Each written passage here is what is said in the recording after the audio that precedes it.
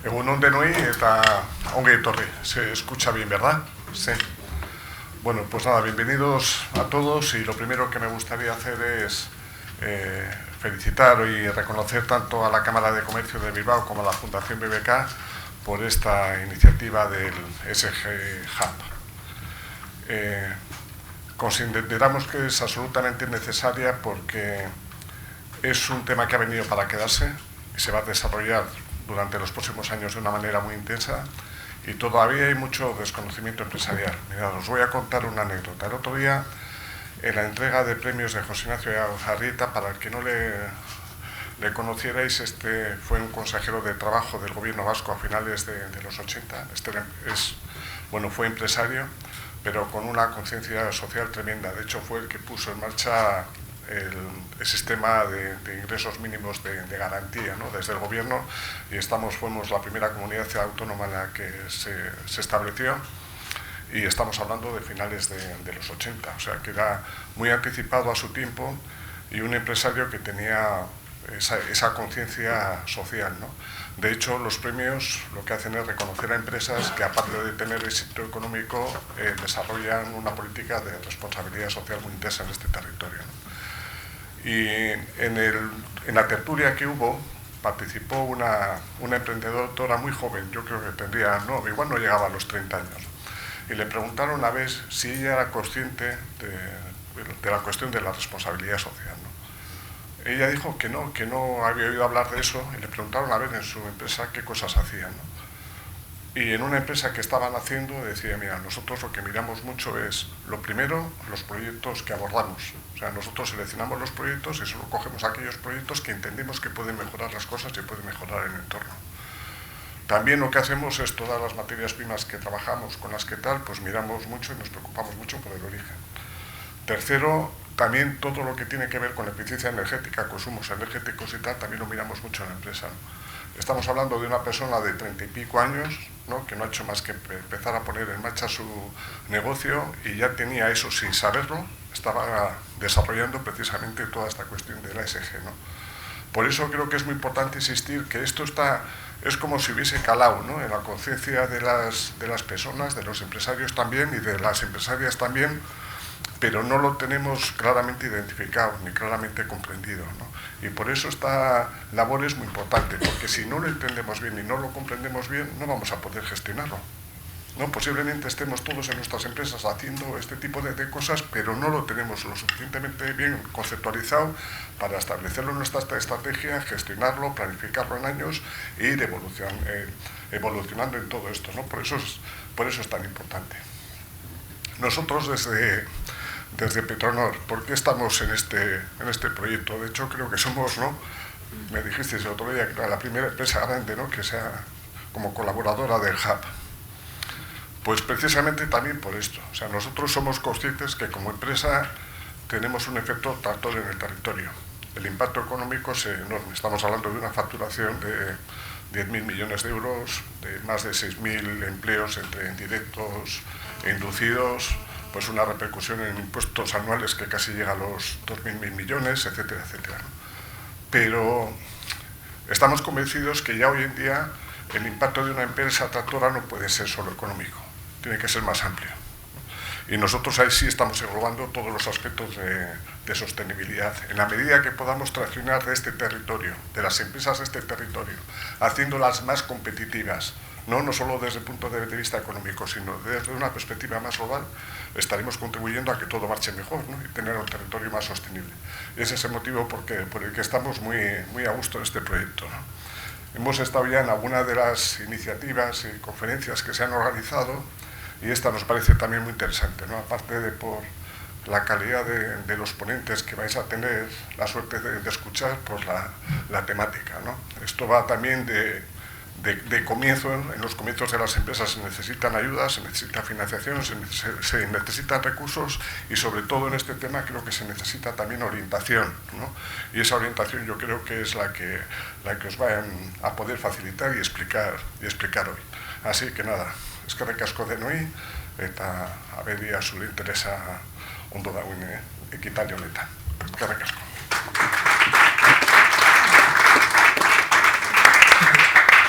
Egunon guztioi, eskerrik asko etortzeagatik. Cojo las palabras de Juan Diego y verdaderamente el corazón, el porqué de la sesión de hoy tiene que ver bueno, pues con 3 organizaciones que tenemos la suerte de contar hoy con ellas y que llevan bastante tiempo acompañando a las empresas de todo tamaño y sector en este camino que es la ESG. Van a empezar contándonos cada uno en un breve espacio de tiempo, en unos minutos, bueno, a qué se dedican, y tenéis unos tarjetones en cada una de las mesas en las que podéis, si queréis, escribir preguntas que podemos luego girar al final de la sesión, al final del debate, que espero que sea interesante, que tengáis muchas preguntas. Para nuestros invitados de hoy, que son Jorge Fernández, que es el director de área de energía de Orquestra, al que hay que agradecerle infinitésimo que haya venido, porque como veis, pues está pletórico de salud. Tenemos a José María Fernández. No estoy tan mal. Sí, además viniendo desde Donosti, que también es doble input positivo. José María Fernández, que es el director de Economía Circular de IOBE, eskerrik asko, e Isabel Castillo. Isabel es la responsable de crecimiento estratégico del Pacto Mundial de Naciones Unidas, que siempre tiene esa visión, digamos, global sobre las cosas, y que, bueno, pues yo no os voy a adelantar nada sobre sus organizaciones, sed vosotros los que tenéis ahora cada uno unos minutos para explicarnos. Si quieres empezar, Jorge, pues muy bien. Un placer. Pues muchísimas gracias, Marta. Eskerrik asko. Lo primero de todo, agradecer la invitación a participar hoy en este evento. Bueno, yo coordino el Lab de Energía y desde hace unos años nos llamamos también y Medio Ambiente. Creo que es importante señalarlo porque veníamos de estudiar la transición energética en el departamento en el que estaba yo y se está abriendo desde hace muchos años todo el análisis de los cambios que están ocurriendo en el ámbito de la energía. Hay que tener en cuenta el medio ambiente y ya cuando pensamos en sostenibilidad en general, pues por supuesto aspectos económicos, medioambientales y sociales, ¿no? Orquestra es un instituto de investigación, estamos en la Universidad de Deusto, entonces yo estoy un poco aquí en representación del mundo académico. No somos consultores, no desarrollamos herramientas concretas que puedan utilizar las empresas, pero sí el tipo de investigación que hacemos está muy orientado a tratar de tener impacto en los debates y de generar conocimiento que puedan utilizar los agentes en la economía para tomar decisiones. Y en ese sentido estamos cerca del mundo institucional y empresarial.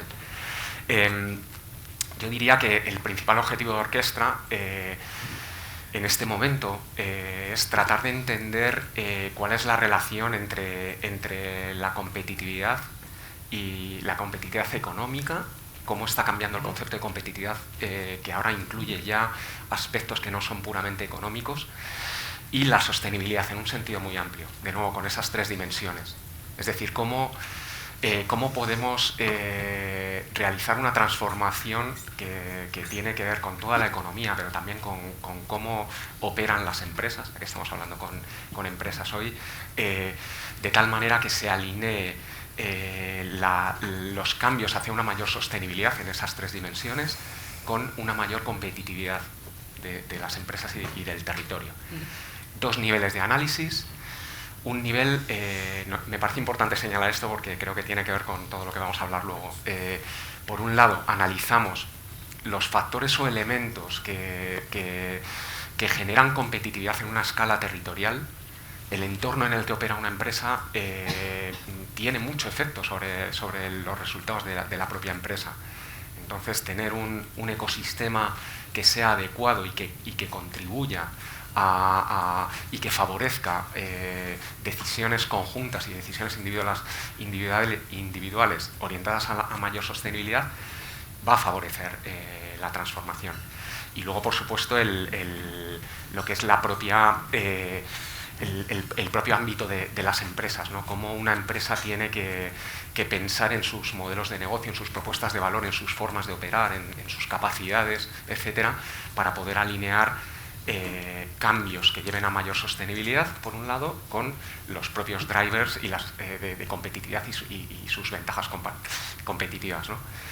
Y termino, pues simplemente, yo creo que esto lo desarrollaremos en la próxima hora, ¿no?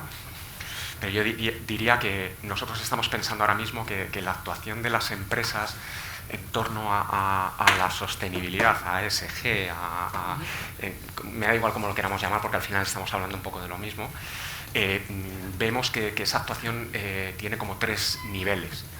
Un nivel interno, hay que trabajar factores relacionados con la cultura de la empresa, con la organización, con los propios modelos de negocio y propuestas de valor, ¿de acuerdo? Un segundo nivel en el que pensamos que es muy importante la colaboración con el entorno más cercano, con la cadena de valor, con esas otras empresas y agentes que están muy cercanos, como proveedores, como clientes, como prestadores de servicios, etcétera, ¿no? Y luego hay un tercer nivel que tiene que ver con el propio ecosistema. Es importante también que las empresas también tengan en cuenta que mejorar el ecosistema va a favorecer esa transformación sostenible. Y no sé si esta es un poco la presentación que querías hacer, pero bueno, pues un poco esto es lo que hacemos desde Orquestra ahora mismo en este tema y estamos pensando en la línea que os he descrito. Muy importante todo lo que has comentado, sí. Mari. Egunon guztioi, eskerrik asko etortzeagatik. Bueno, vengo de Ihobe. No sé cuántos conocen Ihobe. A ver, manos. Bueno, bastantes bien. Entonces, con lo cual no tengo que entrar mucho más a detalle. Somos la Agencia Vasca de Medio Ambiente. De hecho, si en una jornada como esta, que hablamos de ESG, pues la parte fácil sería yo soy el de la E. La verdad es que no.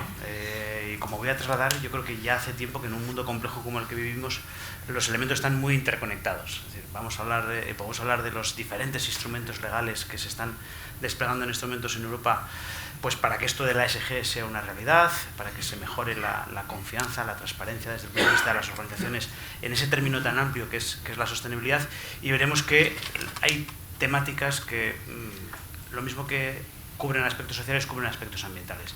Por lo tanto, estamos plenamente convencidos de que tenemos que ayudar a las empresas a superar Vamos a hablar del concepto del tsunami normativo, ¿no? De todo lo que es el abanico de legislaciones que se están poniendo en marcha y que en el fondo lo que persiguen es cómo somos capaces de poder transformar nuestro modelo económico. Hablamos de las grandes transiciones.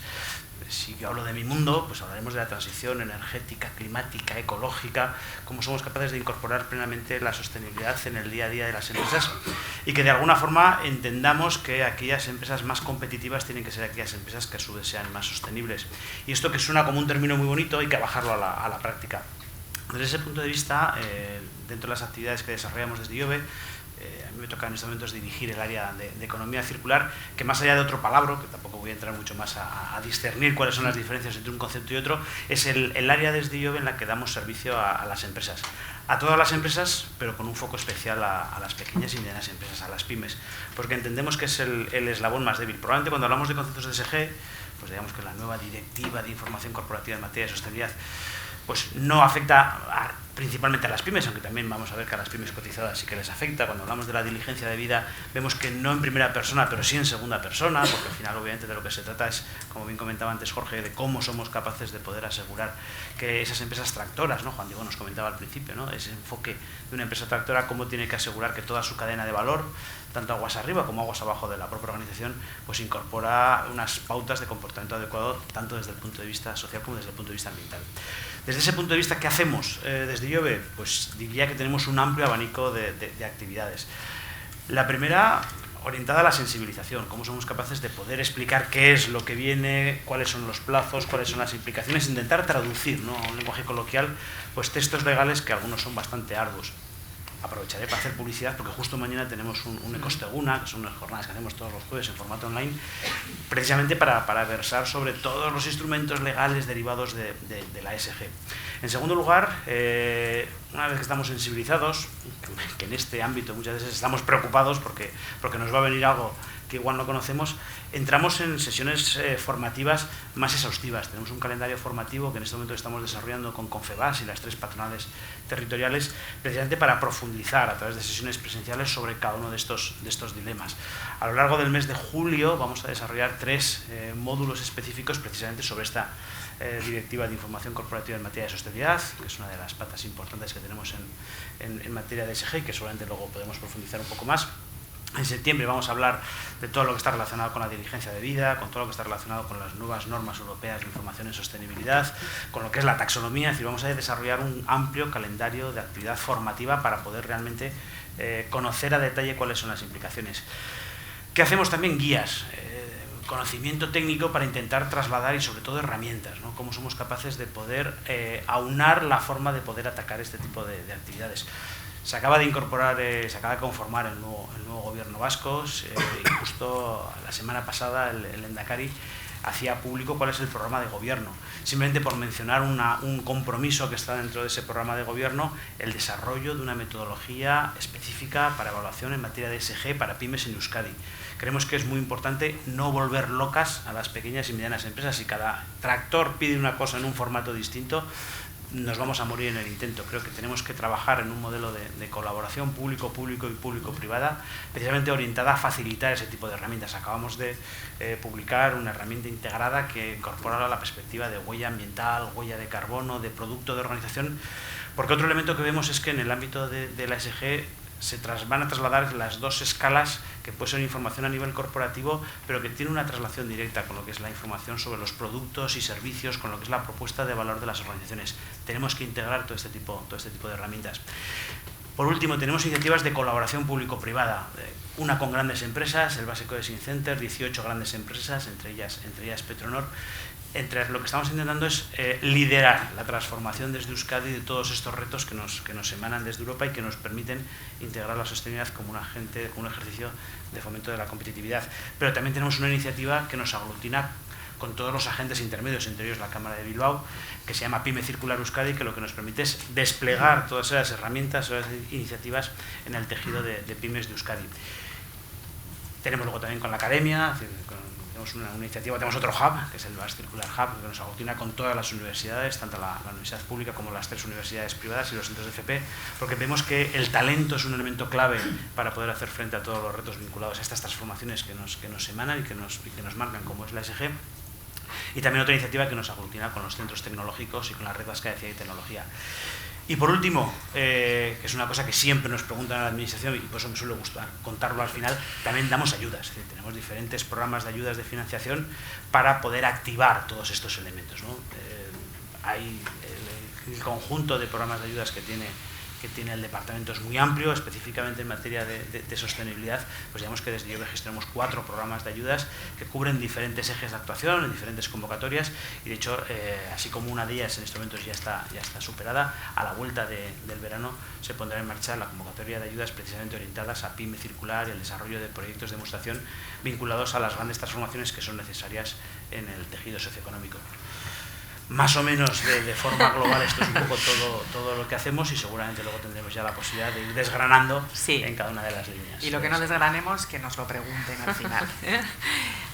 ¿Qué nos cuentas, Isabel? Pacto Mundial. Egunon, y muchas gracias, Marta, por esta invitación. Muchas gracias al ESG Hub de aquí de la Cámara. La verdad es que es un placer estar hoy acompañándonos y además en esta mesa con todas esas cosas que hacéis, ¿no? Por parte de Pacto Mundial de la ONU España, es la mayor iniciativa en sostenibilidad a nivel nacional aquí en España y también a nivel internacional. Y digo que es la mayor no solo por el número de socios, ya estamos en torno a vamos camino de los 1.800 empresas adheridas aquí en España, casi 25.000 a nivel global, pero a mí me gusta decir que es la mayor iniciativa por el grado de participación de las empresas que forman parte, porque es muy importante. Para que lo entendáis, Pacto Mundial es una iniciativa que surgió hace 25 años a nivel internacional, 20 años aquí en España, en la que buscamos, como os decía, esa participación. Es una iniciativa basada en principios, en valores, porque creemos que la sostenibilidad tiene que estar integrada en los valores, tiene que estar en las bases, en los pilares de las organizaciones. Por eso tenemos los 10 principios de Pacto Mundial, que cubren ese amplio espectro ESG, ambiental, social y de gobernanza. Son 10 principios que contemplan precisamente derechos humanos, derechos laborales y sociales, la parte de medio ambiente y la parte de corrupción, transparencia, etcétera.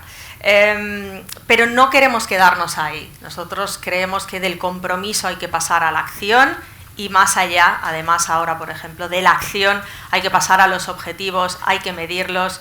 No basta simplemente con tener unas políticas públicas, hay que tener acciones concretas ligadas a objetivos para ver cómo evolucionamos y cómo los conseguimos.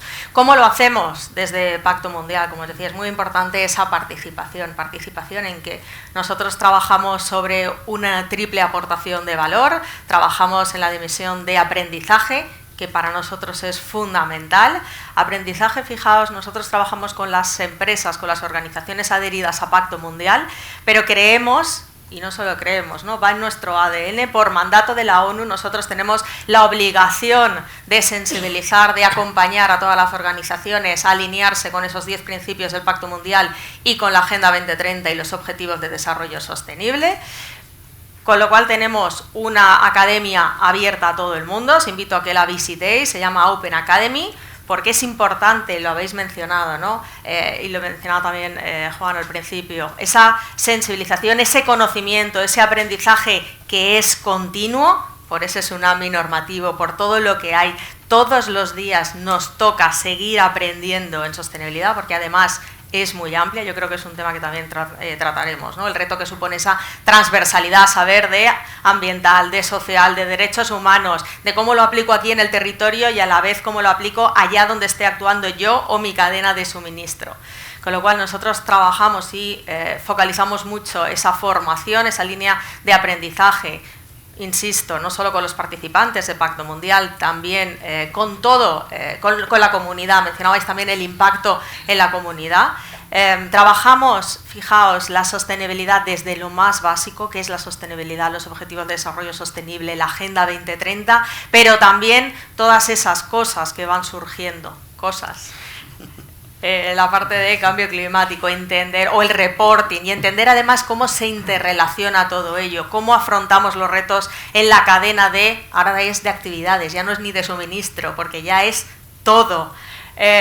Y luego píldoras concretas, tratamos temas como igualdad, diversidad, ¿qué os voy a decir? Cálculo de huella, alcance 3, un montón de cosas. Todo eso a través de la academia que tenemos a disposición de los participantes. Pero eso es por dónde empezar. Luego esto ya se va complicando y entendemos que lo que tenemos que hacer es acompañar a las organizaciones en todos sus estadios de madurez. Tenemos también aceleradores para ir un poquito más allá, aceleradores en temas que son clave: igualdad, cambio climático, derechos humanos, Agenda 2030 y Objetivos de Desarrollo Sostenible. Y luego tenemos otras iniciativas dirigidas a eso que os decía al principio, objetivos concretos. Y ahí trabajamos en una línea que se llama Forward Faster.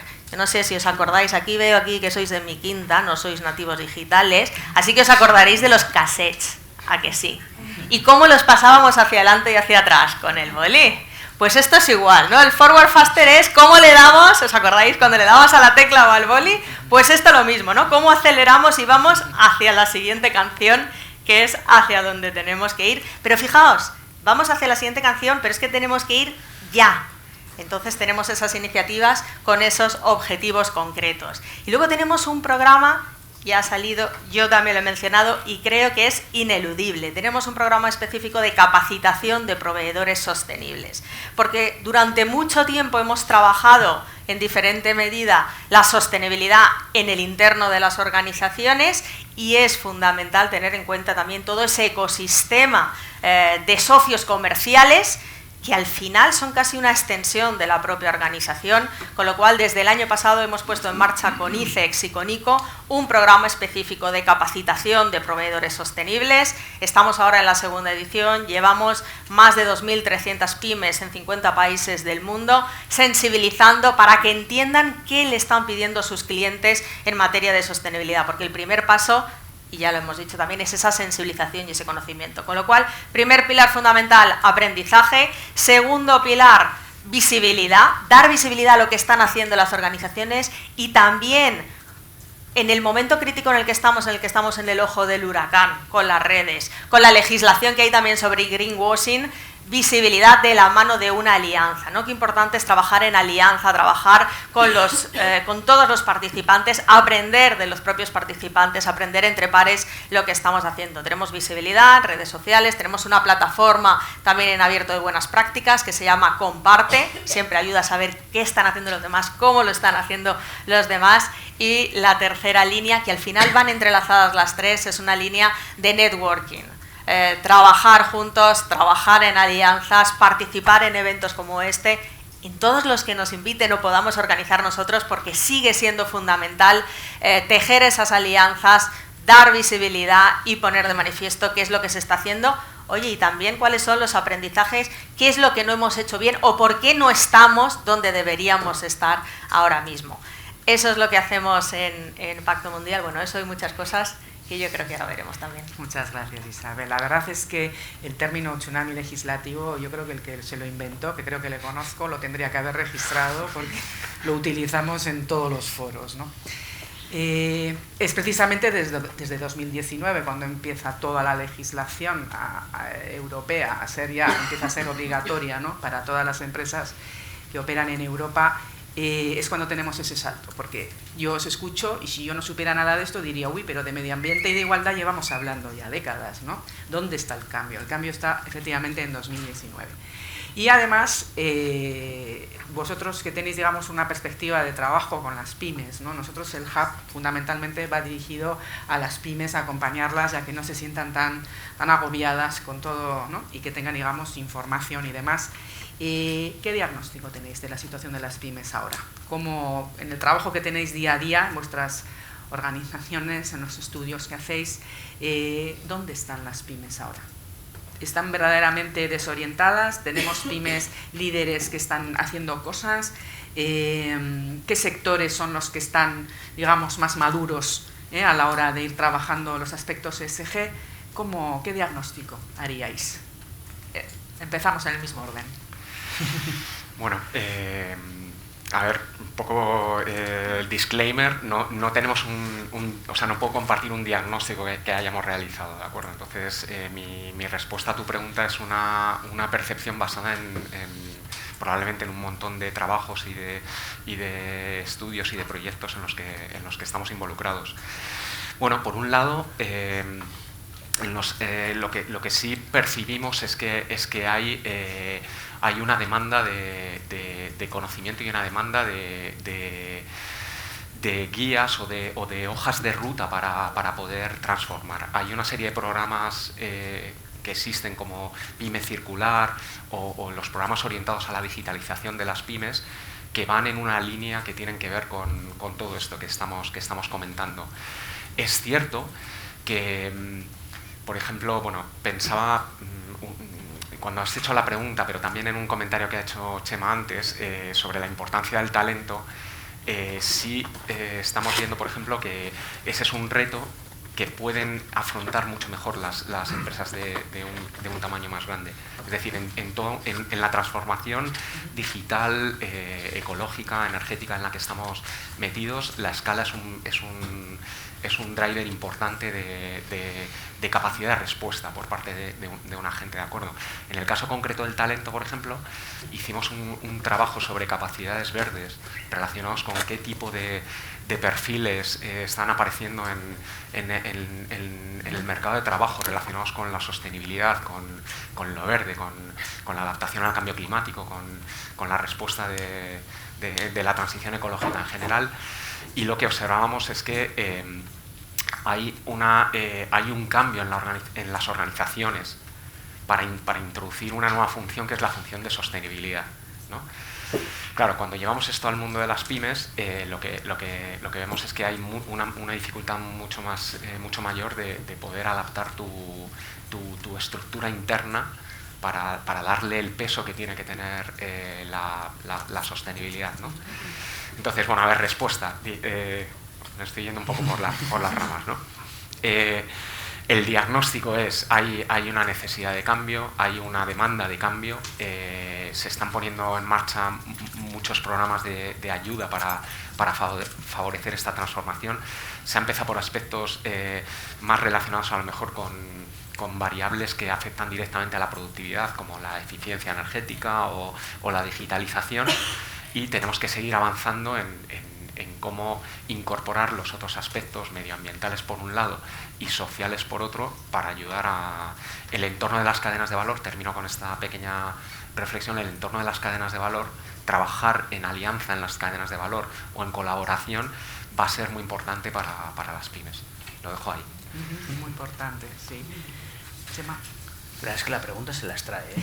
Sí, hombre, no habéis venido a que hagamos preguntas fáciles.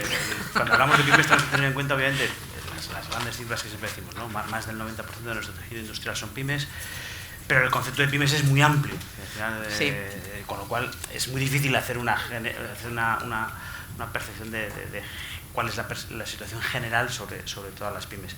Nosotros, ¿cómo trabajamos desde el punto de vista de pymes? Tenemos líneas que son directas con pymes, las he comentado algunas, otras que son a través de agentes intermedios, y ahora voy a explicar un poco este concepto, y luego tenemos obviamente aquellas que nos aglutinan con empresas tractoras, que son obviamente pues, la parte de su cadena de suministro. Coincido con Jorge en que para mí la percepción generalizada es que si tuviese que decir una palabra, yo creo que ahora hay un concepto de preocupación, hay un concepto de todo esto nos viene y ahora cómo es, ¿no? Es decir, porque yo creo que durante mucho tiempo los que nos dedicamos a alguna de estas patas, y en concreto siempre hablo yo de esa parte de la parte ambiental, muchas veces hemos tenido el concepto de la fábula del lobo, ¿no? Es decir, esto que viene, y yo creo que ahora mismo ya las empresas han visto que, ostras, va a ser que sí que viene, es decir, y va a ser que ya hay hitos concretos, ¿no? Es decir, hablamos, de hecho, has puesto la fecha de 2019, hay que ser conscientes que de 2019 aquí, desde el punto de vista de obligaciones reales, hay poquitas. Eso es. En los últimos 5 años de lo que ha sido el mandato de la Comisión Europea, lo que se ha hecho ha sido aprobar muchos textos legislativos que en el siguiente periodo, en el comienzo ahora, se tendrán que poner en marcha. Si vemos un poco el calendario de actividades de obligaciones, claro, ya empiezan a asustar porque ya estamos hablando de que en 2025, en 2026, en 2028, y claro, son cambios que realmente nos obligan a tenernos que poner ya a trabajar. Ya no estamos en el entorno de quejarnos, ya no estamos en el entorno de gruñir, si me permitís la expresión, estamos en el entorno de ponernos a trabajar. Por lo tanto, yo creo que ese concepto de preocupación traslada a él por dónde empiezo y cómo lo hago. Desde ese punto de vista, yo sí que me gustaría romper una lanza a una figura que en Euskadi para mí es muy interesante, que son todo ese conjunto de agentes intermedios que comentamos y que nos permite mantener la individualidad de cómo cada empresa marca su estrategia, pero mantener una colectividad para poder hacer frente de forma común a los retos que son comunes, ¿no? Y ahí me refiero a lo que pueden ser desde la política de clústeres, que nos permite poder trabajar con los diferentes sectores, porque un elemento clave es que esto de la ESG, de la sostenibilidad, de las transiciones, no va a ser igual en los sectores. Nosotros tenemos diagnósticos a nivel sectorial hechos. No es lo mismo el sector de alimentación que el sector de automoción, que el sector eléctrico-electrónico, que el sector de maquinaria, si hablamos de lo que son los clústeres industriales. Cada uno va a tener sus palancas de ese inmenso tsunami normativo. Porque yo voy a dar una cifra solamente. Se han desarrollado aproximadamente 150 iniciativas legislativas nuevas que tengan vinculación en materia de ESG en los últimos 5 años, que se van a poner en marcha en los próximos 5. Afortunadamente creo que no conozco a ninguna empresa que le afecten los 150. Entonces, con lo cual lo que es importante es conocer en cada empresa qué es lo que le va a afectar. Y por tanto, ese trabajo de desbrozar cuáles son las potenciales hojas de ruta desde un punto de vista sectorial es algo que en Euskadi podemos hacer gracias a esa política de clústeres. Y luego tenemos todos los agentes a nivel territorial, desde las asociaciones territoriales, comarcales, las cámaras, que nos permiten tener un enfoque más amplio, pero digamos que a una realidad del entorno geográfico. Todo eso que nos permite que yo creo que no vayamos solos, es decir, que es necesario el poder ver cómo se pueden establecer diferentes iniciativas desde todos estos agentes que he comentado, con el apoyo de instituciones como las de IOBE, como que puede ser el Pacto Mundial, cada uno viendo qué es donde puede empezar a trabajar. Por lo tanto, y luego ya ¿qué tenemos del perfil de pymes? Tenemos de todo. Es decir, tenemos pymes que sí que son avanzadas, tenemos pymes que realmente son punta de lanza en muchos de los temas vinculados a ESG, tenemos otro tejido importante de pymes que están ya dando pasos, y probablemente algo que nos pasa en Euskadi es que hacemos más cosas de las que somos capaces de comunicar. Yo creo que en el ámbito de la ESG tenemos que ser capaces de... No se trata de exagerar, pero sí de ser transparentes. Es decir, el concepto de la transparencia yo creo que es un valor a nivel empresarial que se va a quedar, y por tanto tenemos que aprender a cómo poder trasladar realmente los esfuerzos y las medidas que estamos desarrollando. El ejemplo que nos comentaba Juan Diego al inicio es muy representativo. Al final hago un montón de cosas, pero luego digo que de esto no hago nada, de ESG no hago nada, pero luego tengo un montón de acciones en las que ya estoy trabajando. Por lo tanto, tenemos un grupo muy importante de empresas que ya están haciendo cosas en diferentes escalas, en diferentes esfuerzos, a través de diferentes iniciativas. Y luego lo que tenemos es todavía la necesidad de seguir sensibilizando. Creo que todavía hay empresas que dicen, bueno, esto de la CSCR, esto es para grandes empresas, esto a mí no me va a pillar, y yo creo que para mí un elemento clave detrás de todos estos conceptos es que a nosotros nos suele gustar decir a las empresas que no se trata de llegar en plazo al hito que nos está pidiendo la legislación, sino de ver que eso es un mecanismo orientado a la mejora. A nosotros nos gusta hablar más de que estos son palancas que nos van a permitir mejorar, y que por tanto tenemos obviamente que llegar a ese cumplimiento, pero poco vamos a hacer si a través de un sistema de evaluación de tercera parte en materia de ESG cumplimos el requisito, pero obtenemos una mala calificación. Y lo que tenemos que realmente es poder hacer esas evaluaciones cuanto antes para identificar dónde están esos elementos que nos pueden activar para mejorar. Repito, para nosotros el concepto de la ESG es un elemento clave de competitividad. De competitividad hasta nuestros clientes industriales, hasta nuestros clientes finales, hasta nuestros inversores. Por lo tanto, la idea es, empecemos cuanto antes. Digo, yo creo que es importante desarrollar jornadas como esta que nos permitan conocer todo lo que hay. Desde luego yo creo que cada empresa en cada sector va a identificar cuáles son agentes que le van a poder ayudar. Y yo creo que la idea y lo bueno que tenemos en Euskadi es ese enfoque común y ese, como digo, ese tejido de agentes de colaboración que lo que nos van a permitir es realmente poder saber por dónde empezar y quién nos puede ayudar. Gracias, Chema. Sí. Isabel. Fíjate, nosotros tenemos en torno a un 55% de las empresas que están adheridas al Pacto Mundial aquí en España son pymes. Os decía que éramos la mayor iniciativa por muchas cosas, pero no solo y no únicamente por el tamaño de las empresas que conforman Pacto Mundial, porque precisamente, como os decía, más del 50% son pymes. El segmento en el que más estamos creciendo es en el de pymes, porque ya son conscientes, ya no es que están empezando a ser conscientes, ya son conscientes de que esto, la sostenibilidad, también va con ellas. Es más, nuestra presidenta es la presidenta de una pyme, y eso también ha marcado el carácter y las cosas y nuestra sensibilidad hacia las pymes. Tenemos, por ejemplo, un grupo de trabajo específico donde pueden compartir, os decía, una parte esencial es compartir las buenas prácticas, compartir también las cuitas, ¿no? Y esto, cómo lo sacamos adelante, qué hacemos, cómo lo aplicamos. Pero animamos en ese concepto de participación. También otro concepto muy importante que tenemos nosotros es el de ambición. Y animamos también a las pymes, con lo que también mencionaba Chema, ¿no? Las pymes es una bolsa muy grande, no son todas iguales, pero a las que ya vemos más maduras, porque ya llevan muchos años, por tamaño, por sensibilidad, a que sean ambiciosas, porque muchos de los aspectos legislativos es verdad que no les afectan directamente, pero que sepan que indirectamente, por la presión de los clientes, del mercado, cuando apliquen a contratación pública, son cosas que tienen que tener en cuenta.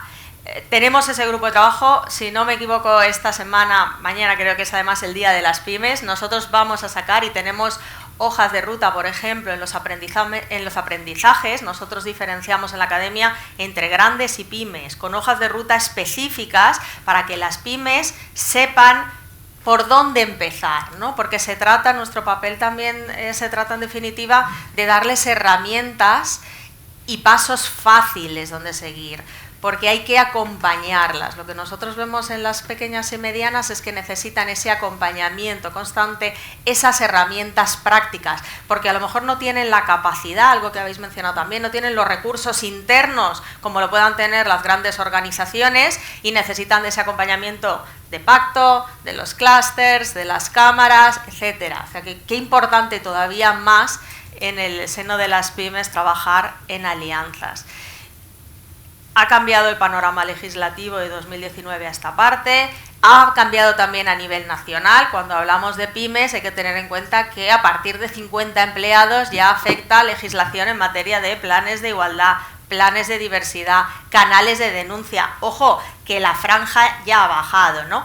Este aspecto normativo es muy importante. Os decía, por una parte nosotros defendemos, obviamente hay que estar en cumplimiento con la legislación. Para eso nosotros el año pasado lanzamos un buscador de normativas, donde están las normativas a nivel nacional y donde están también las normativas a nivel de la Unión Europea, y vamos a ampliarlo también a nivel de diferentes países, donde se puede discriminar según tamaño de la empresa, según sea en materia ambiental, social y de gobernanza, porque lo primero, insisto, es saber qué tengo que hacer para estar en cumplimiento con la ley. Pero, insisto, ¿qué más puedo hacer? ¿Cuál es mi grado de ambición? ¿Cómo puedo mejorar? Al final también lo mencionabais, esto es una herramienta de competitividad y mejora continua, y no hay que perder esa ambición, ese foco de para qué sirve esto para mi empresa. En el caso de las pymes, además, es muy importante toda la parte de cadena de suministro. Lo decía antes, esto es por presión regulatoria y en muchos casos también por presión de los clientes. Y nosotros vemos, sobre todo en las pymes que están internacionalizadas, que por legislación de otros países ya les estaban aplicando determinados criterios ESG, de ambiental, social y de gobernanza, y que directamente les estaban preguntando qué estabais haciendo aquí, o preséntame tal certificación, o participa en determinada alianza, o lo que sea. Con lo cual también tienen que ser muy conscientes las pymes, uno, que lo tienen que integrar en el negocio, y dos, también lo habéis dicho, lo tienen que comunicar. Y en el caso de la comunicación B2B, lo tienen que comunicar como lo necesita el cliente que se lo comuniquen. Hay que abrirse, hay que escuchar y entender qué le está pidiendo el cliente, porque si esto es un factor de competitividad, y lo es, y os diría, ya no solo de competitividad, sino un factor para trabajar en mercados internacionales, hay que ser consciente de cuáles son esos requerimientos de clientes internacionales y darle respuesta en la medida y como quieren los clientes internacionales. Con lo cual, esa comunicación, ese diálogo con grupos de interés, del que también hemos hablado durante mucho tiempo, todavía va cobrando más relevancia, os diría, por impacto de toda esta regulación, que puede que no afecte directamente a las pymes, pero que sí que les está afectando indirectamente por los requerimientos de los clientes. Eso es. Si te quedas fuera de mercado, ¿no? Totalmente. Estáis hablando de competitividad. Competitividad es una palabra que nos ha surgido varias veces en este hub, porque hay quienes opinan que precisamente esto resta competitividad a la empresa europea, precisamente porque, bueno, pues los sobrecostes de la transición, las inversiones que hay que hacer, que no son pocas, y bueno, pues digamos desde la Unión Europea sí se están estableciendo algunos mecanismos, el mecanismo de ajuste en frontera del carbono, por ejemplo, o los aranceles y demás, ¿no? Desde vuestro punto de vista, porque os he oído y los tres lo afirmáis rotundamente, que es un modelo más competitivo, ¿dónde están las líneas de juego cuando entramos a competir en una economía muy deslocalizada, en la que tenemos a los chinos que vienen a fabricar coches eléctricos a España?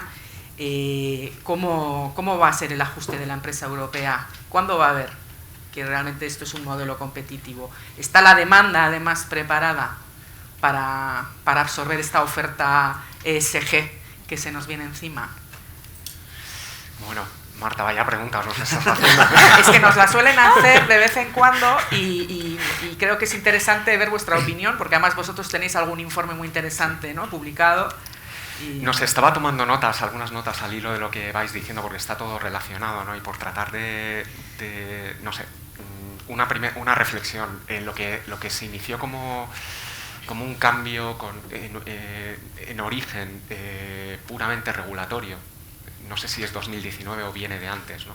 Es decir, toda esta transición, que probablemente el origen es una respuesta a un problema que es el cambio climático, ¿no? En origen es regulatoria, porque no había realmente disrupciones tecnológicas o económicas que justificaran una transformación tan rápida, ¿no? Ha sido en origen regulatorio. Y sin embargo, en los últimos 5 años, y creo que lo ha comentado antes Chema, ha cambiado el mundo. El mundo ha cambiado mucho. Hemos tenido una pandemia, hemos tenido crisis de cadenas de suministro, tenemos guerras que están cambiando digamos, la forma de funcionar de la economía global.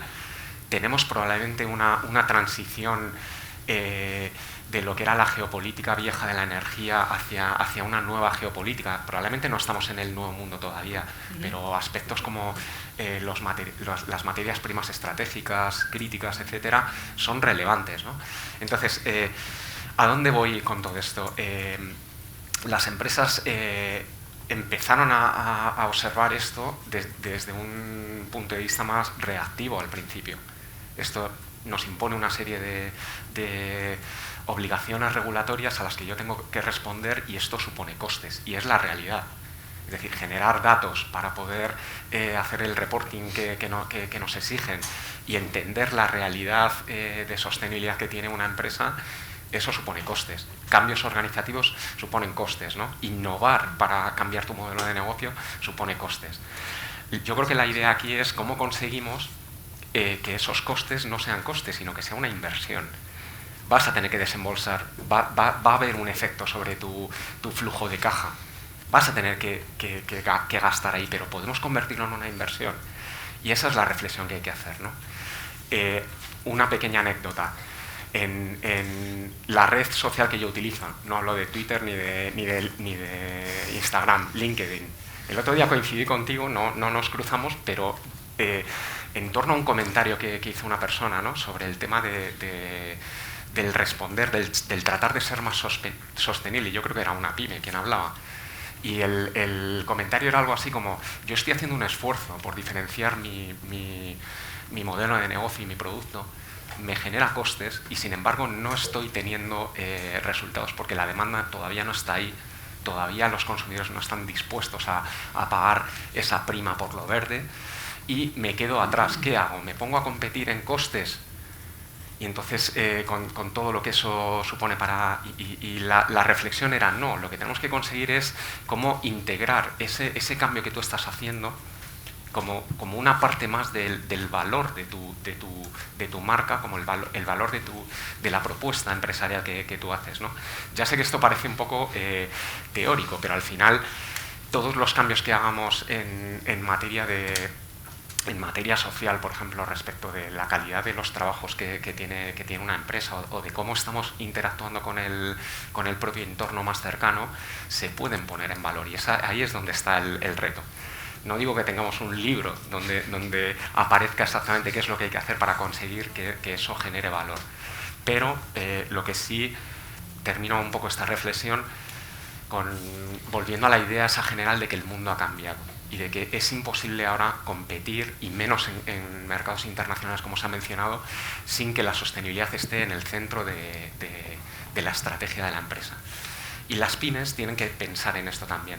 No podemos pedir, de nuevo vuelvo al tema del talento no podemos pedir que las pymes tengan una organización como las grandes corporaciones donde hay departamentos de sostenibilidad, etcétera, pero la respuesta, si es únicamente una respuesta reactiva de generar una serie de informes para cumplir con unas obligaciones de reporting financiero, va a ser una respuesta probablemente insuficiente. Es decir, hay que dar un paso más y hay que tener dentro de la organización alguien que piense en los temas de sostenibilidad, pero no desde el punto de vista únicamente reactivo frente a la regulación, sino de cómo afecta eso a la propia naturaleza y al corazón del negocio, que es lo que estamos haciendo, cómo lo estamos haciendo. Y una idea que desarrollaremos en otras preguntas, me imagino: esto no se puede hacer sin innovar. Es imposible seguir haciendo lo mismo y que funcione. Hay que innovar. Y entonces innovar supone hacer lo mismo que antes de una manera distinta, ¿no? Eso lo decían los libros de texto. Sí. O hacer cosas nuevas. Entonces lanzo ahí un poco esta piedra, como diciendo, en las organizaciones, aunque sean pequeñas, tiene que pensarse en sostenibilidad, pero no como una necesidad para responder de manera reactiva, sino para afectar o de alguna manera pensar sobre toda la propuesta de valor y todo el modelo de negocio y ver cómo podemos extraer valor de todo esto y generar innovación. Lo dejo ahí. Ya, casi nada. Complejo. Pues yo, esta reflexión que nos has lanzado, yo creo que esta me la sé, porque creo que no hay foro en el que no surja este debate, ¿no? En Europa nos estamos pegando un tiro en el pie o no nos estamos pegando un tiro en el pie con todo este nuevo cambio. yo siempre suelo hacer varias reflexiones, decir casi desde observador, es decir, luego ya me posiciono, pero al menos inicialmente desde observador.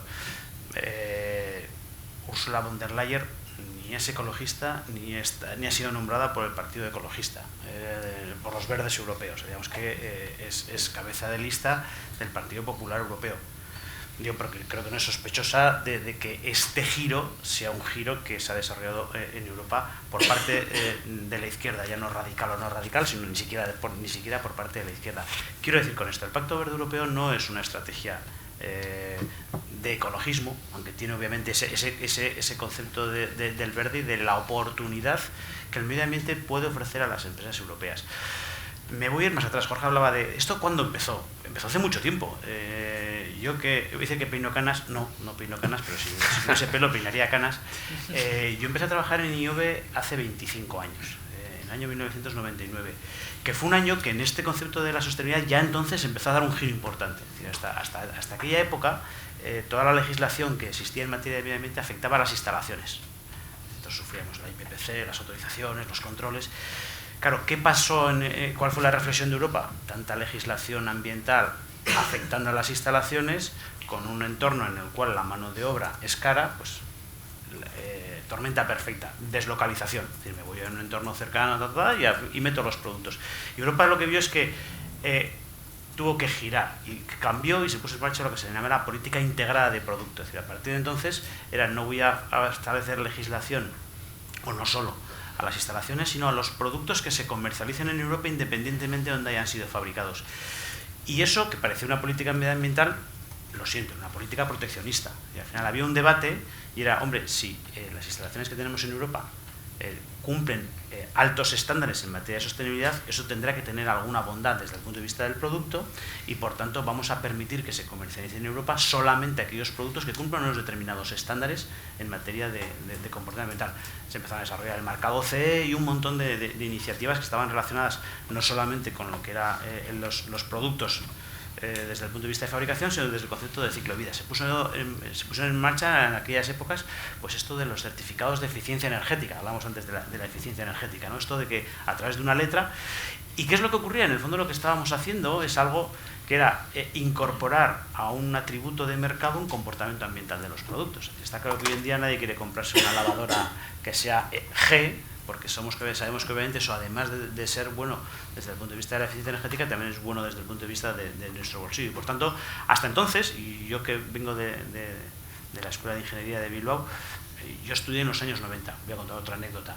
En los años 90 a mí en la Escuela de Ingenieros me enseñaban a hacer obsolescencia programada. No se llamaba así, quedaba muy feo decir aquello, ¿no? Que esto era optimización por elementos finitos de la materia presente. Es decir, era aquello de, ¿por qué vamos a hacer que un producto tenga unas piezas que duren muchos años y otra que duren pocos? Mejor que duren todos, pues y se consiguieron ahorros importantes desde el punto de vista de fabricación. Obviamente luego tuvo la versión perversa.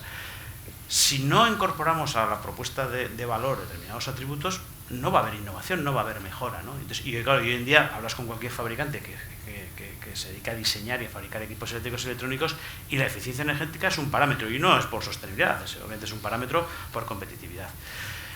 ¿Qué es lo que ocurre? Que la idea es cómo somos capaces de poder extender esto a más conceptos. Si en Europa nuestras instalaciones, nuestro conocimiento es mejor que el de otros, podremos competir con eso y por tanto ahí está un poco el elemento de debate.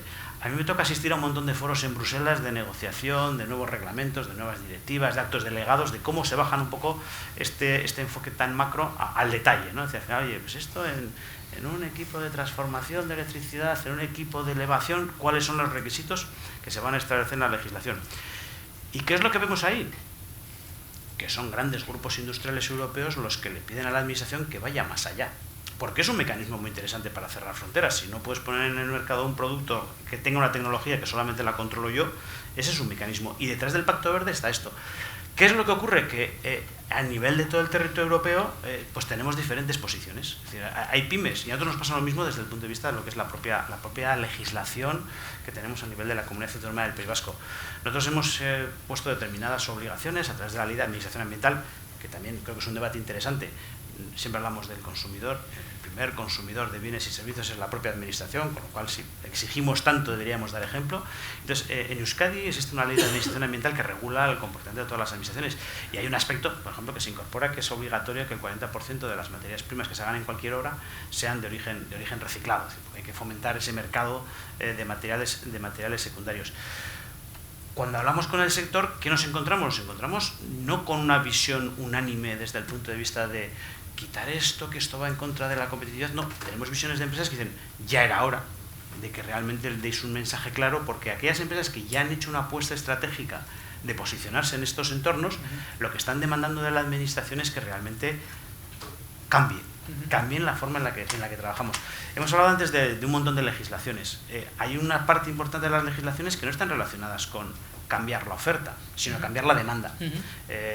Hace poco estuvimos haciendo una jornada sobre todo el marco regulatorio que está detrás del greenwashing. Claro, el greenwashing es, esto podemos discutirlo, probablemente es el efecto placebo que utilizamos todos nosotros para decir por qué no compramos productos medioambientalmente mejores. Porque claro, ¿quién no va a querer comprar un producto medioambientalmente mejor que otro? Claro, pero igual es un poco más caro. ¿Y por qué no lo hacemos? Porque la información que me han dado no es fiable. Entonces, con lo cual, claro, porque vamos a decir que es que realmente no me da igual lo que pase con el medio ambiente, ¿no? Y por tanto hay una serie de mecanismos legales que lo que intentan es realmente activar ese mercado de que los productos sostenibles sean más competitivos. Yo creo que el concepto es tener un poco la foto global, y la foto global sí que es transformadora. No va a ser solamente exigentes a los fabricantes, sino que la idea es un mensaje claro se va a cambiar el mercado. Y si nos creemos que se va a cambiar el mercado, podemos hacer dos posiciones. La inmovilista, bueno, cuando sea ya llegará, pero igual es demasiado tarde. Entonces lo que queremos realmente es que nuestras empresas sean las que nos exijan, que las legislaciones vayan más allá. Porque, lo comentaba Jorge, por encima de todo, desde luego no tenemos que obviar que tenemos un planeta seriamente enfermo. Es decir, los parámetros desde el punto de vista no solamente lo que es cambio climático, que creo que los efectos son más que evidentes, sino desde el punto de vista de lo que es el agotamiento de recursos, la pérdida de biodiversidad. Los parámetros están ahí, entonces, con lo cual no podemos ser ciegos a esa realidad, y el debate es cómo somos capaces de tener un mejor entendimiento con el planeta al mismo tiempo que seguimos siendo competitivos. Y probablemente es cambiando la forma en la que producimos, consumimos y la forma en la que nos desarrollamos. Si entendemos que no queda otro remedio, vamos a entender por qué se ha desarrollado toda esta legislación, como decía, no desde el punto de vista de una posición de ecologista radical, sino desde el punto de vista de cómo somos capaces de poder combinar competitividad y un mejor entendimiento con el planeta. Y si eso es así, no nos queda otra que algo que es muy tedioso, ¿no? Que es cómo somos capaces de salir de la incomodidad que nos genera tener que cambiar. Pero yo creo que el concepto es, si tenemos la certeza de que tenemos que cambiar, cuanto antes lo hagamos, mejor. Cuanto antes nos posicionemos en relación a todo lo que son estos nuevos retos y oportunidades, mejor. Y es un poco de lo que estamos hablando, ¿no? De ver esto como una oportunidad, porque yo creo que la apuesta es decidida. Digamos que no se va a derogar toda la legislación que se ha desarrollado, sino que se va a empezar a poner en marcha. Por lo tanto, yo creo que la apuesta de Europa es firme. Y vemos que esto no solamente está pasando en Europa. Si vemos un poco cómo se está desarrollando la legislación en China, la legislación en Estados Unidos, veremos que el marco es global. Y que hay mucha serie de protocolos que están en el ámbito de Naciones Unidas. Esto seguramente Isabel nos lo va a poder explicar mejor, porque la idea es que el planeta tenemos uno y tenemos que ser capaces de poder entendernos mejor las actividades económicas con la preservación del planeta. Sí, es muy importante ese último apunte. O sea, China y Estados Unidos también tienen taxonomía, porque la idea que está extendida es que solo es la Unión Europea la que está. Solamente comentar, hablamos, una de las últimas directivas, esto el concepto de la diligencia de vida. Hay 16 países en el mundo fuera de Europa que ya tienen legislación específica sobre diligencia de vida. Es decir, por tanto, no veamos esto como una especificidad de estos europeos que están un poco locos, sino que en muchos casos incluso nos estamos quedando atrás. Yo creo que ese mensaje hay que subrayarlo, ¿no? Porque no está demasiado extendido, al contrario, ¿no? Isabel.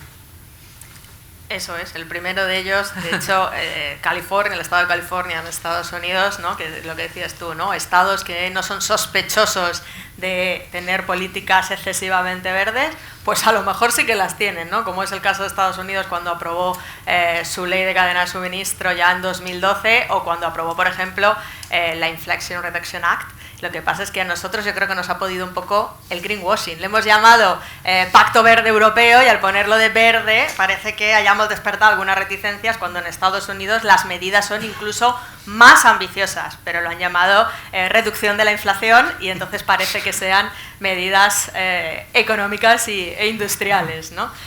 Curioso.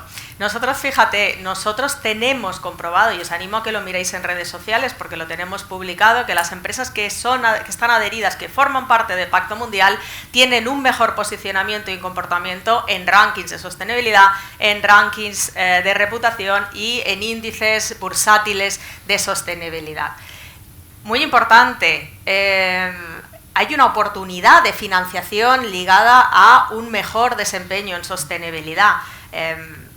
Y no lo digo yo me apoyo y lo podéis consultar. Nosotros tenemos, que publicamos hace poquito y lo podéis consultar en el apartado de publicaciones, una guía de financiación en sostenibilidad para pymes, donde en colaboración con algunas entidades del sector financiero, con bancos y aseguradoras, nos decían cuáles eran sus criterios a la hora de otorgar determinada financiación. Ojo, no solo verde, que también nos decían que es que quien no esté cumpliendo los objetivos climáticos, como a mí me lo están exigiendo, como a mi entidad financiera me están diciendo que tengo que decir cuál es la huella de mis carteras, yo se lo tengo que preguntar a mis clientes, y si no cumplen los objetivos marcados, ojo, que a lo mejor ya no renuevo determinados tipos de financiación, con lo cual eso ya está afectando a las cuentas, ¿no? Durante mucho tiempo eso que parecía que diferenciábamos entre cuentas y cuentos, ahora son todo cuentas. Con lo cual, por un lado, ese acceso a la financiación, ese mejor posicionamiento en mercados bursátiles, en mercados de reputación, y yo os diría también que esa legislación, que toda la legislación nueva, os diría, de esa sostenibilidad, ya no 2.0, 3.0, como es la de Directiva de Información Corporativa en Sostenibilidad, como es la de debida diligencia, y luego si quieres ahondamos en esa porque esa tiene mucha chicha en cadenas de suministro, tiene un enfoque que es impacto, riesgo y oportunidad. Y además, ¿qué es lo que vas a hacer a futuro? Centrándome en la parte de memorias de sostenibilidad. Durante mucho tiempo parecía que las memorias eran unos cuentos, unos relatos muy bonitos de lo que habíamos hecho. ¿Qué dice esta nueva legislación? Que, por cierto, se transpondrá aquí en España y será de aplicación ya.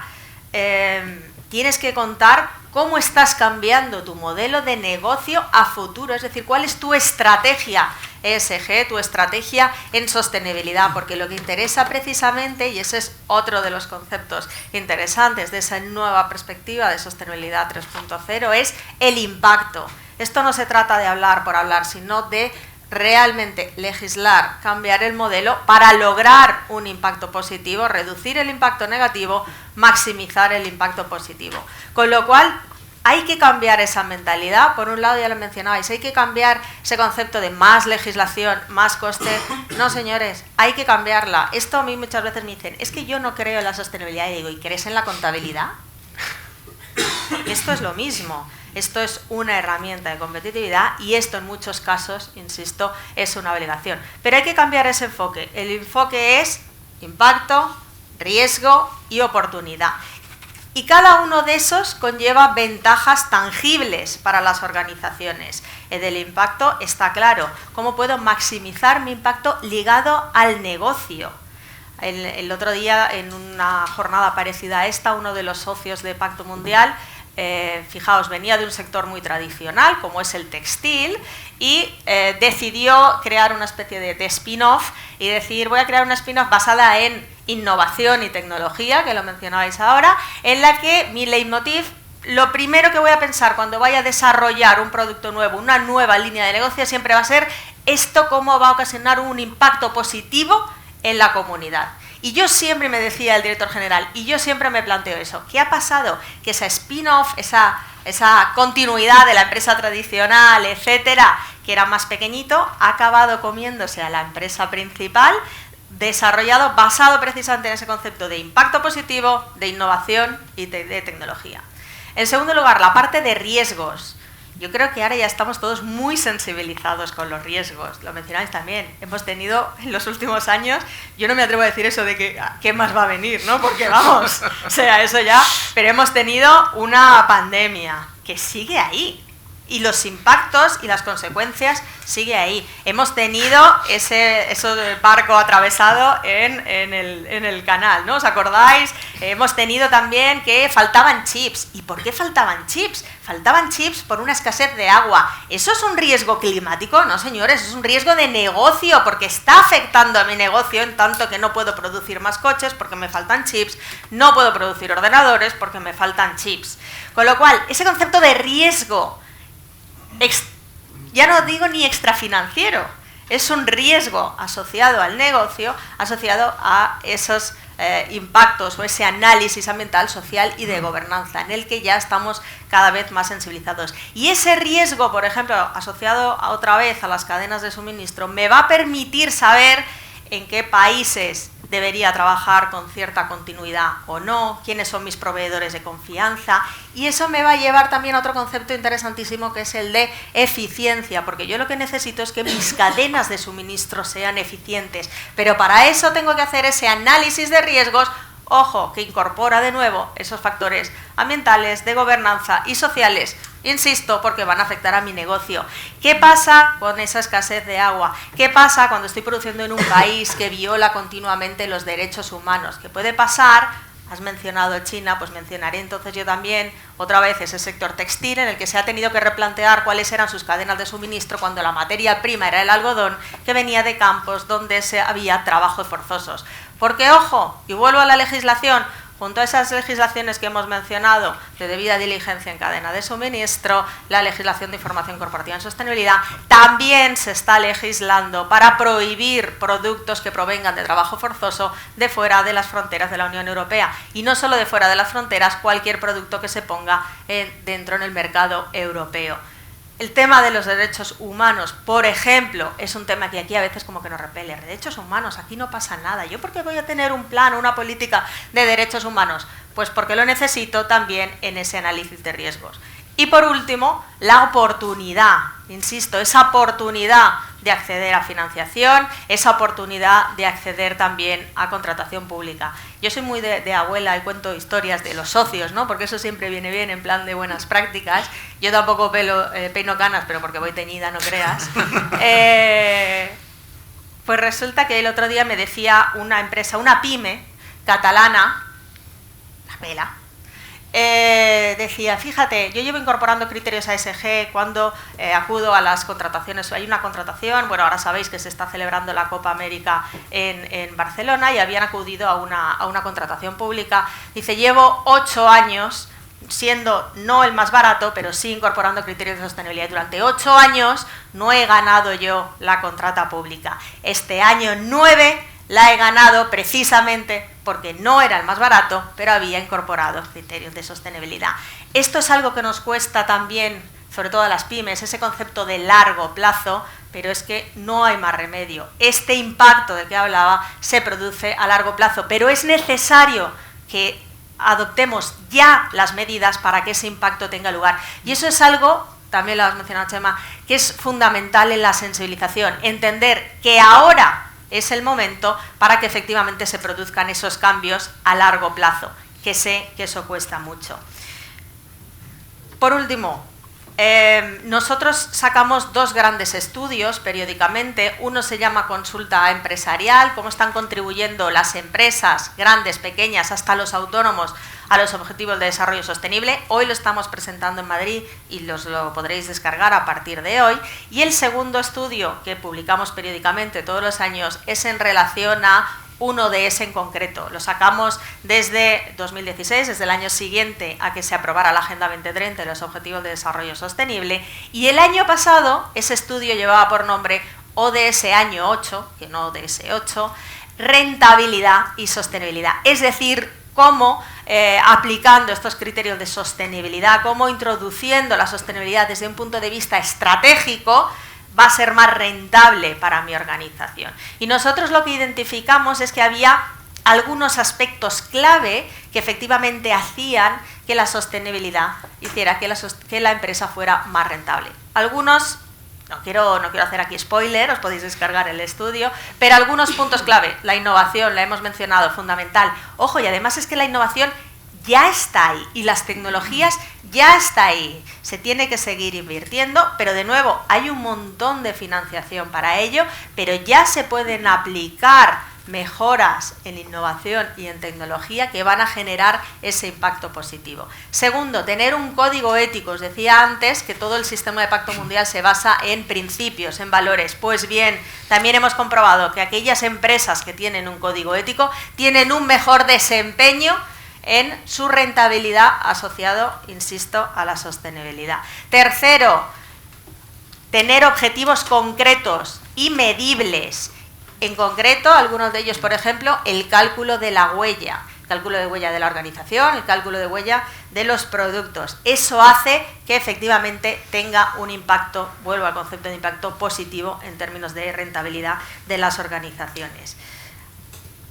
Podría seguir diciendo muchas cosas más, pero no porque me lo crea, porque, insisto, no va de creencias, sino porque efectivamente esto tiene un impacto positivo. Muy bien, Jorge, te quería sí, comentar algo. No es una réplica, quizás continuar un poco el hilo que estamos siguiendo, porque se ha mencionado aquí la demanda, ¿no?, como un elemento importante. Obviamente hay una esperanza de que más adelante, esperemos que no dentro de mucho, los consumidores nos comportemos teniendo en cuenta esa brújula de sostenibilidad, ¿no?, en esa triple dimensión. Hemos mencionado la innovación, hemos mencionado la financiación, y cuando estabas hablando de financiación, claro, una pregunta que nos hemos hecho nosotros y que nos estamos haciendo es, cuando empezamos a hablar con las empresas sobre la transformación que suponía el Pacto Verde Europeo, como he comentado antes, pues se veía al principio como un coste, ¿no?, como una obligación que te imponen los legisladores y reguladores que están muy lejos y muy lejos de la fábrica, ¿no?, o de las instalaciones donde yo trabajo el día a día, y me genera costes. Entonces la pregunta ha sido, ¿cuáles son, y pensando especialmente en pequeñas empresas, cuáles son los drivers de competitividad que pueda haber en esta transformación? Claro, como nosotros trabajamos en el mundo académico, no sabemos a veces responder si no es tirando de libros y del libro de texto. Pero aquí yo creo que es útil, ¿no?, pensar en cuáles son las fuentes de competitividad de una transformación como esta para una empresa. En primer lugar, esta es la de toda la vida, ¿no? La eficiencia. Se puede ser más eficiente en el uso de energía y en el uso de materiales. Y cuando hablamos de uso de energía y materiales, podemos estar hablando de nuevos materiales o de reducir, digamos, residuos, o de 1000 cosas que puede hacer una empresa en torno a la energía y materiales y otros recursos como el agua, que generen más productividad. Es decir, que tengan un impacto directo sobre la cuenta de resultados. Ese es, claro, yo no estoy en disposición aquí de decir lo que puede hacer una empresa o no. Pero lo habéis hecho toda la vida, trabajar en la cuenta de resultados. Bueno, pues resulta que hay maneras de alinear cambios que tienen que ver con una mayor eficiencia en el uso, especialmente de materiales y de recursos, que es la parte más nueva, pero también trabajar, por ejemplo, el tema de la energía, ¿no? Hemos visto, con esta crisis energética que acabamos de sufrir, yo creo que todo el mundo está más concienciado sobre la necesidad de gestionar mejor la energía, el suministro de energía, ¿no?, aunque sea un porcentaje menor de los costes de tu empresa, ¿no? Entonces, la eficiencia y la productividad, esa es una vía muy directa. Las otras dos vías que aparecen en los libros de texto es, uno, ¿puedo diferenciar mi producto porque lo hago más verde? Y cuando lo hago más verde aparecen todas las cuestiones que ha mencionado Chema, por ejemplo, de greenwashing. Es decir, ¿puedo conseguir certificaciones? Yo creo que este es un tema regulatorio de primera magnitud, igual que el tema de los etiquetados para educar a la demanda. Las certificaciones son muy importantes precisamente para evitar el greenwashing, porque si tú consigues buenas certificaciones vas a poder diferenciar tu producto de una manera visible, comunicable, y que va al final a generar más valor de marca y más valor para tu producto y servicio, ¿no? Entonces, diferenciación. ahí probablemente la cadena de valor entera es muy importante. Esas alianzas, estas relaciones que tenemos. Yo no puedo seguramente hacer mi producto más verde si no cuento con mis proveedores, si no tengo en cuenta todo mi entorno, ¿no? Yo creo que ese es un área de trabajo claro. La tercera es la diversificación de tu propuesta. Todo esto es libro de texto, no invento nada. Hablo aquí como un consultor. Pero bueno, con el conocimiento que yo tengo y teniendo en cuenta la sostenibilidad, a lo mejor resulta que se pueden utilizar los activos de otra manera, se pueden compartir activos, puedo ofrecer servicios en vez de producir más. Servitización, esas palabras, ¿no? Pero cooperación, que puede ser tecnológica, puede ser de conocimiento, hay muchas maneras, ¿no? Y es una manera de diversificar Pero la cuarta pata para mí de todo eso es que tener en cuenta los aspectos medioambientales y ESG, y por ejemplo ahora para las pymes va a haber una obligación, para las más pequeñas una obligación que es un poco diluida porque puede ser voluntario, ¿no? el tener que responder dentro de un par de años cuando esté la legislación ya en este reporting no regulatorio. Pero eso puede ser un punto de partida para pensar de una manera más estratégica, ¿no? Para tener en cuenta ese plan, digamos que pegado al plan estratégico de la empresa y teniendo en cuenta el corto plazo, el medio y el largo plazo que se ha mencionado antes, te pueden posicionar mejor en los mercados. Pero es que creo que hay una vía directa con la competitividad que has mencionado antes, y es un mejor acceso a la financiación. Y esto yo creo que es también válido para las pequeñas empresas. Desde luego, una gran empresa que aspira a los PERTES y a todo esto necesita tener ya ese book, esa carta de presentación ESG medioambiental, necesita demostrar una serie de cosas para poder competir en los mercados de capitales.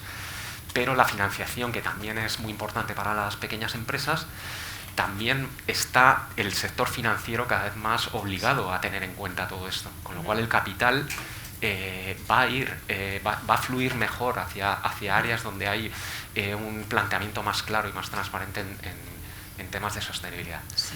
Entonces yo creo que, un poco por resumir, se puede pensar de una manera muy práctica, y todo esto sin pensar en los temas sociales y de gobernanza. Estoy hablando solamente de competitividad económica, que yo creo que es muy importante, porque si no sobrevivimos como empresa, pues ¿de qué sirve todos los demás planteamientos, ¿no? O sea, que hay una relación que yo creo que cada vez vemos con más claridad entre ser más sostenible, pero de una manera real, no con greenwashing, y competitividad de la buena, de la económica, de la que te da ventajas en los mercados, ¿no? Sí. Bueno, a financiación sostenible le dedicaremos ex profeso a la sesión de septiembre y a innovación la de octubre, porque son dos palancas efectivamente importantes a desarrollar. Nos quedan 5 minutos. Uy, me he comido perdón, compañero. No, lo que pasa es que también te he preguntado el primero y al primero no le da tiempo a pensar. ¿Preguntas tenemos por aquí? Uy, qué larga. A ver. Yo mientras te la lees sí que quiero hacer un comentario, porque parece que somos aquí los happies del lugar, estamos aquí lanzando un mensaje súper optimista, también está dentro de lo que tenemos que hacer, pero creo que también hay que decir la parte mala de todo este asunto. Estamos en Euskadi. Euskadi, yo suelo decir, voy a hacer un pequeño discursito sobre economía lineal y circular, que hemos sido el paradigma de la economía lineal. Es decir, al final tenemos un sector industrial muy potente que se ha desarrollado a partir de que teníamos un mineral de hierro fabuloso que empezamos a explotar de todas las formas posibles y que comprobamos que esto de vez en cuando se acaba, y se nos acabó, y a partir de ahí empezamos a tener una serie de problemas de transformación, ¿no? Es decir, porque esto pensábamos que el mineral era infinito. Pero seguimos siendo muy fabricantes, es decir, seguimos siendo muy manufactureros. Es decir, al final calculamos, para quedaros con la cifra, cada año 67 millones de toneladas se transforman en la industria vasca para lo que son nuestros productos y servicios. Es decir, 67 millones de toneladas, de las cuales el 70% viene por alguno de los puertos que tenemos, porque ya no las tenemos aquí. Hemos dicho que en su día nos las agotamos. ¿Esto qué quiere decir? Lo que quiere decir con todo esto es esta transformación no va a permitir que sigan existiendo todos los modelos de negocio. Esto de seguir fabricando mucho y muy barato y a grandísimas cantidades, tristemente tiene una fecha de caducidad. Es decir, quiero decir, por tanto, es que esto no solamente se trata de intentar adelantarnos, sino tenemos que ser conscientes de que, yo os voy a poner un ejemplo muy grosero, ¿no? Decimos que un producto, todos estamos hartos de lo que decía antes, ¿no? Eso de la obsolescencia programada, de que el teléfono dure 2 años y cuando antes duraba mucho más, ¿no? Que la lavadora que tenía mi madre duraba 20 años y la que tengo ahora dura 5. Que dure un producto mucho más, parece que todos estamos de acuerdo en que sería una estrategia buena, menor dependencia de materias primas, no hay que... Si un producto dura el doble, hay que fabricar la mitad. Y si hay que fabricar la mitad, sobran la mitad de los trabajadores que están dedicados en plantas de fabricación. Por lo tanto, una de las cosas que tenemos que trasladar es que la necesidad de transformación ya no solamente de lo que es esa eficiencia que estábamos comentando, sino la transformación desde de la propia concepción de los modelos de negocio va a ser necesaria. Porque el marco legal lo que nos lleva es tenemos que cambiar la forma en la que consumimos, pero eso tiene implicaciones en cómo fabricamos. Y detrás de donde fabricamos tenemos trabajadores y tenemos riqueza. Y por tanto es necesario también ver esos elementos que van a ser transformadores y que, repito, a mí me suele gustar hablar del efecto Kodak, ¿no? Yo creo que todos conocíamos lo que eran los carretes de Kodak, que eran fabulosos, pero no vieron una ola que llegaba y yo les digo, no, yo voy a seguir haciendo carretes de alta calidad, que esto es mi negocio, y obviamente pues la fotografía digital les hizo desaparecer, ¿no? Vamos a hablar de los casetes y de TDK, ¿no? Que también era como la típica empresa mítica que fabricaba casetes. Bueno, como gobierno vemos que tenemos que activar la necesidad de transformación porque no queremos que tengamos Kodaks o que tengamos TDKs en la economía vasca y tenemos que, siendo un sector, un tejido productivo netamente manufacturero, realmente que todo esto nos permita seguir siendo líderes en los diferentes sectores de actividad económica. Sí, has apuntado el tema de la desaceleración, que yo creo que ya solo ese tema da para otra mesa con todas las consecuencias que tiene aguas arriba y aguas abajo, ¿no? Comentaba Jorge, la idea es que hay veces que ya no solamente es un concepto de valores, sino un concepto de replantear los modelos de negocio que a día de hoy tenemos. Ahora vamos a ver el concepto de servitización, hay otros más, pero que la idea es que cómo somos capaces de poder prestar mayor valor, no estando asociado a una dependencia de materiales y un poco también a las nuevas tendencias que vamos a percibir. Eso es, que además es lo que están adaptando ahora las empresas líderes en Euskadi, que se están incluso adelantando a la legislación y adaptando sus productos a las necesidades de esta revolución, ¿no? Voy a la pregunta, es larga, ¿eh? A ver, parece que hay un retroceso de la sostenibilidad en Estados Unidos. ¿Cómo veis la competitividad de las empresas europeas en cuanto a las obligaciones en sostenibilidad comparando con las obligaciones que tienen las empresas americanas o asiáticas? Esos costes que han hablado en la conferencia frente a la inversión. Y otra, ¿crees que el nuevo Parlamento Europeo, por su adscripción política, va a frenar algo el ritmo de avance en sostenibilidad? Son dos preguntas. La primera creo que la hemos comentado, pero si queréis apuntar algo más. Y la segunda, pues parece que no, porque parece que la composición, pero bueno, al final la mayoría la siguen teniendo, ¿no?, los que han venido legislando hasta ahora, con lo cual no sé si tenéis algo que comentar. A lo mejor Isabel. Al preguntante o preguntanta. En esta última, por ejemplo, respecto al nuevo Parlamento, fíjate, yo creo que si se frena de alguna medida o si hay menor legislación, va a ser también una consecuencia de que durante esta comisión, durante estos últimos 5 años, se ha generado mucha legislación, que antes lo decíamos, ahora es el momento de entrar en vigor. Con lo cual, fíjate, el foco casi va a estar más, y es donde va a estar, en el desarrollo reglamentario de muchas de esas legislaciones, es decir, en la aplicación concreta y en su caso en algo muy importante también, que es ver la efectividad de esa legislación y en su caso si hay que replantearla más que en nueva legislación. Se ha quedado poca, por decir algo, legislación pendiente. Se han ido aprobando, fíjate, la última in extremis, el 24 de abril, la de debida diligencia en cadena de suministro asociada a la de trabajo forzoso. Se va a seguir la línea porque aquí lo que sí que está claro es que no hay una vuelta atrás. Esto no ha sido una moda, una tendencia o una apuesta política por X tiempo y si hay cambio o no se va a seguir. No, o sea, aquí ya se han planteado las bases para que se desarrolle. Y a falta de bola de cristal, los siguientes, en este siguiente periodo, en estos siguientes, no 5 años, fijaos que esos objetivos y toda la legislación se ha desarrollado de cara a cumplir objetivos, os decía, a largo plazo, 2050, 2040, 2030. Pero el plazo final, es 2050, que es donde debemos de alcanzar la neutralidad, donde debemos alcanzar ese cambio de modelos y entre medio lo que hay son unos objetivos intermedios. Toda esa legislación lo que ha hecho es sentar las bases para ese cambio de modelo. Esta legislación o este periodo va a ser el de aplicación, también el de transposición, porque las directivas al final hay que transponerlas, sabéis que luego hay cierto margen. Nosotros en la última transposición aquí en España de la directiva anterior de información no financiera, nos pasamos, dijimos nosotros, ya sabéis que cuando nos ponemos, y fuimos más estrictos que la legislación. Eso yo creo que ahora no va a ocurrir porque la legislación también ha subido el listón.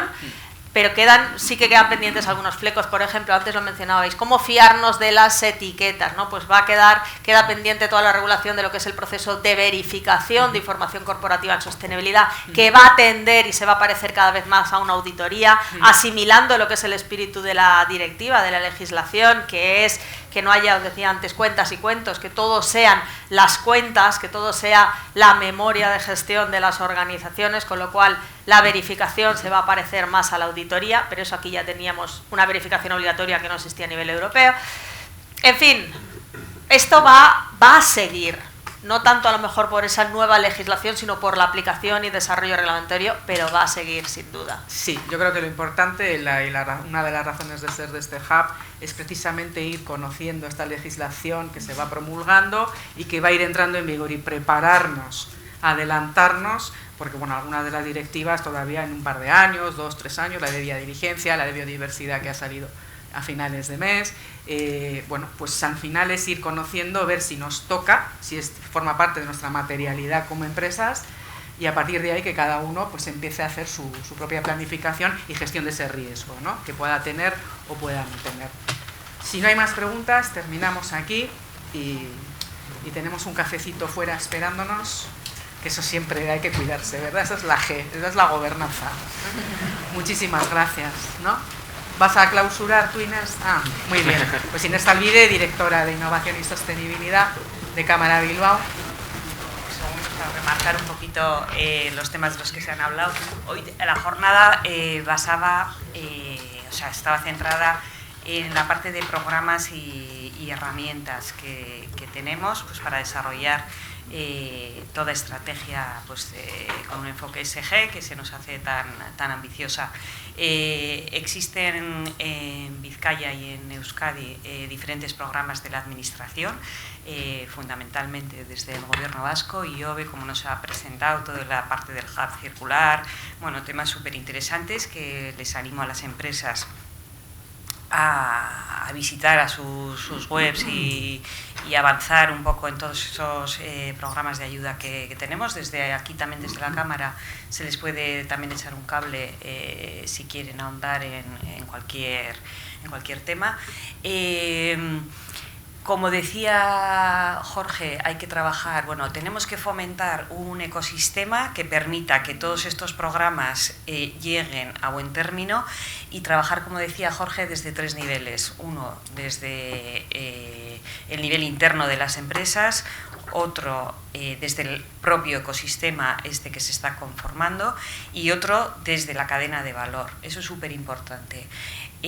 Como nos decía Chema, hacerlo de una forma colaborativa y con una integración de herramientas. Ahí es importante que todos los agentes que estamos trabajando ahí tengamos un consenso interinstitucional, pues para no volver loco pues, a todas las empresas. Yo iría un poquito más allá. Nos hablaba Chema de esa colaboración público-privada. Yo creo que hay que ir un poco más allá. Hablamos de un modelo de colaboración cuádruple hélice en el que también introducimos a la ciudadanía. Es súper importante porque la ciudadanía también va a haber que formarle, sensibilizarle y es que va a verse afectada también, porque en el fondo también es un pequeño eslabón de toda esa cadena de valor de la que hablábamos.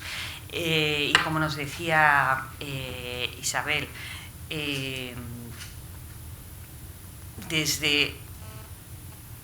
con principios y valores. Es súper importante. Y luego esto es un tema súper interesante porque hablamos del 2050 como una meta. Estamos metidos en una carrera de la transformación y generalmente cuando uno llega a una meta es para descansar, ya ha cumplido el objetivo y puede un poco tomar aire y tal. Y esto es muy curioso porque es llegar al 2050 entrenado y bien armado para estar en la batalla, no es para ponerse a descansar, con lo cual el trabajo que hay que hacer ahora es súper importante, súper estratégico y hay que hacerlo pues, de una forma muy fina.